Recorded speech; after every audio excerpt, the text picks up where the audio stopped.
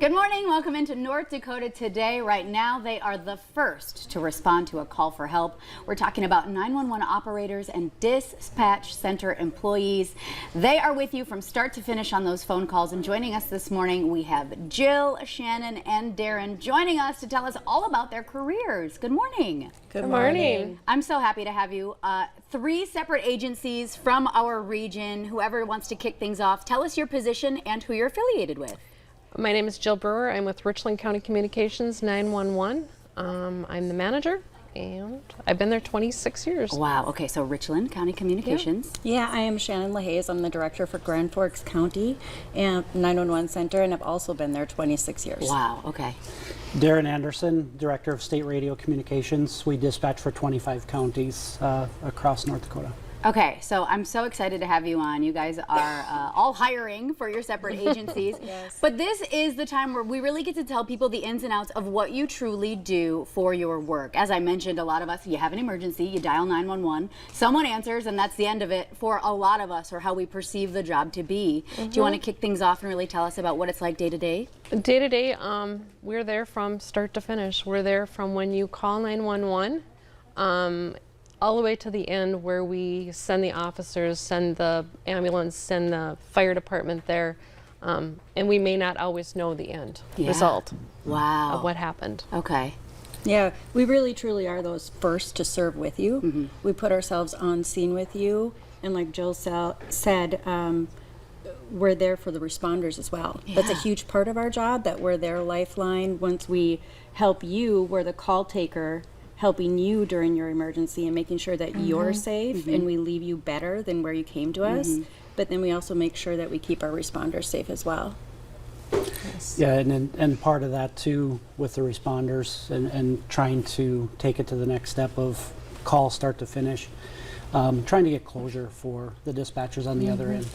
Not always do they find out the back end side of the story. Yeah, and what is that really like on a personal level? Does anyone want to share maybe a story or what it could be like to not know if someone's okay? I know it's deep, it's getting deep this morning, but it is an important part of the job, huh? I would say we have the best part about the job is it's rewarding. We know we're helping people, and we have great calls where we sometimes get to deliver a baby if we're lucky. That's the rewarding job. Or we give people just that information that we know is going to help them in the situation. They call for help. That's what we do.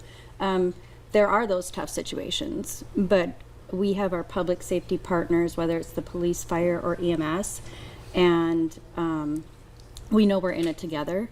And there are those bad calls, but we also know that we send them to help them get to the end of where they need to be. We have our family, my kids call it the second family, where we talk.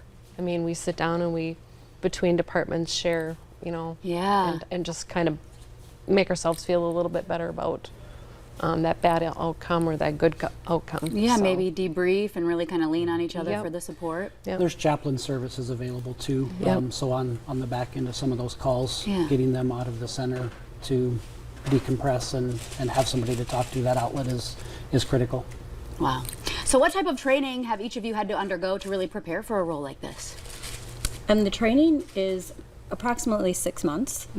We start out, everything is in-house, which is a great thing. Okay. There's no degree required. You can come in and we teach you everything. The certifications, some agencies have like a classroom setting, and then it's hands-on training. We don't toss them to the wolves. They don't come in the first day. Like 26 years ago when I started, and you don't get tossed out there. You sit with a trainer for at least 6 months. Yeah, the training start to finish with us. We go through a 2-week academy, and then they are paired up with a senior dispatcher for the rest of that first 6 months, and then at arm's length up to 1 year. It does take a while to take somebody start to finish, and that's the hard part with all of us hiring. We can't just throw you into the mix and think that they will be sufficient unless it's from another center or somewhere else. And there's a lot of different pieces of technology they have to learn. So with advancements, that definitely comes into play with training as well, huh? We only have a tiny bit more of time. We did put the information up of each of your agencies, though, for anybody interested in maybe pursuing this as a career. Why would you say folks should look into something as rewarding as, you know, maybe a 911 call center? It's rewarding. You're helping people. You know, I just enjoy helping people. Yeah. Family.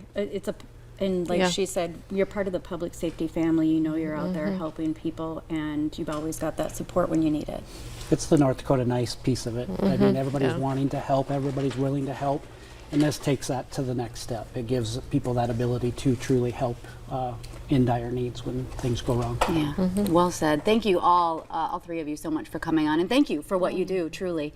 And I hope we've inspired some folks at home maybe, so we'll start adding some team members to your ranks. Yes, thank you very much for having us. Of course. All right, stick around, everybody. Coming up on today's show, if you plan on taking a road trip this summer, we have some advice on what you need to do before you pull out of your driveway.